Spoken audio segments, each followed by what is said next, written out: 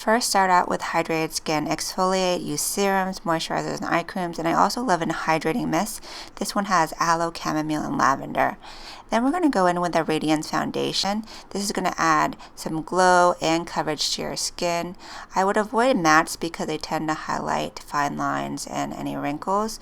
Use a rounded synthetic brush because it makes it easier to blend, no streaks or lines. And start in the center of your face and blend outward. Use a patting motion on areas that need more coverage and then a lighter sweeping motion on areas of less coverage. Next, you want to use minimal concealer. Too much concealer can really sink into the fine lines and emphasize any crepiness. I'm using the Too Faced Born This Way concealer just in the darkest parts of my under eye hollows.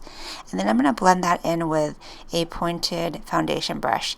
This mimics a finger, and I'm using, again, patting motions so that way I keep the coverage and it camouflages any dark circles or any underlying hollowness. I'll use any residue also on my eyelids as a primer and in the center of my face as a highlight. Blend this into the foundation so you don't see any barrier between the light and the foundation shade. And next, I'm going to contour with a cream product. The key to youthful looking makeup is using creamy products because they look a lot more natural and they're very hydrating. I only need a little bit of this darker contour shade by Fenty, and I'm applying it on areas that I want to sculpt, such as the outer perimeter of my face and even my nose. I can also even apply this as an eyeshadow color, which I'll do a couple times in the video. So I'll put this into the crease of my eye to define my eyelids. So like I said, a little bit goes a long way, so don't overdo it, just add more as you need to. Again, I'm using a rounded synthetic brush to help blend this in, and don't put the product or the brush everywhere, just keep it on those hollows so that way you don't make the foundation too dark. I'm blending this in seamlessly to the foundation. You're going to want to put wet products on top of wet products, so I wouldn't do a powder contour at this point because your foundation is still wet, but a creamy contour blends perfectly and adds the right amount of slip over the liquid foundation. Next, we'll go with a cream blush. This one is from Pixie.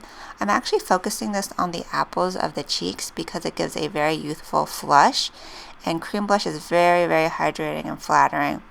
And then I go in with a rounded blush brush again and pat that in, and it gives automatic color to the cheeks and some like fresh rosiness. Next, I'll set all of those wet creamy products with powder. This is the new Laura Mercier Light Reflecting Powder. I'm applying a teeny bit all over. You don't want to over powder and take away all that radiance you added with your creamy products, but this will help set everything in place so it lasts throughout the day. Now a little bit more of that hydrating mist so that way it takes any powder residue away. So brows often are kind of fading over time. You lose a little bit of hair, so go ahead and add that back in. I'm using a brow pomade from Anastasia with this angle brow brush, and I'm using upward hair-like strokes, and this is giving a natural fill-in.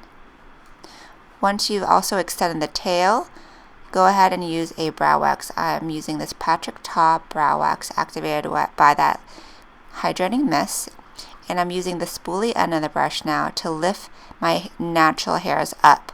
This will again create the look of a brow lift by pushing your natural hairs upward. Next, we're going to go to eyeshadow. I definitely love satin shadows because they give that radiance, but they don't make you overlook they don't emphasize the fine lines, so avoid glittery shadows because I tend to do that. You can balance out these satin shadows with matte, but I'm keeping it simple with just a one bronzy shade on the lid, and I'm going back in with that contour creamy shade in the crease because it just adds a natural contour. I'm now defining the lower lash line. I start in the waterline with this creamy pearl shade. It gives a little bit of glow to the eyes, makes you look a little bit more awake. This is from Koki Cosmetics. And then I'm going to go onto the lower lash line with a simple brown. Brown works with any eye color. The lower lash line is a great place to define because you don't have to worry about crepiness on the eye or a hooded lid sagging down the liner. go ahead and set that with a little bit of coordinating brown eyeshadow on a small pencil brush. This will set the shadow. This will set the liner with shadow so it stays, and it'll also soften it. And I bring whatever residue is left on that smudger brush onto the top lash line, just for a little extra definition. Now I'm going back with this Laura Mercier Secret Brightening Powder with a powder puff, and this is actually going into the areas with the most fine lines, which is under the eye. The light reflecting powder kind of distracts from any fine lines and it blurs any pores. So I'm patting this in with a powder puff to make sure it really gets in there, and also I'm setting my center of my face. You can also add a little bit more liner on the top. I'm tight lining into my lashes, and then I'm lining my lips. So lining the lips will add the definition you lost with any feathering, and this is just a lip liner similar to my lip color. And then I finish with a creamy lipstick from L'Oreal. You want something that's also hydrating. This is like a lip balm, lipstick, and gloss in one. And hydrate once more just to kind of set. And that's it. Hope these tips help you guys out. See you guys next time.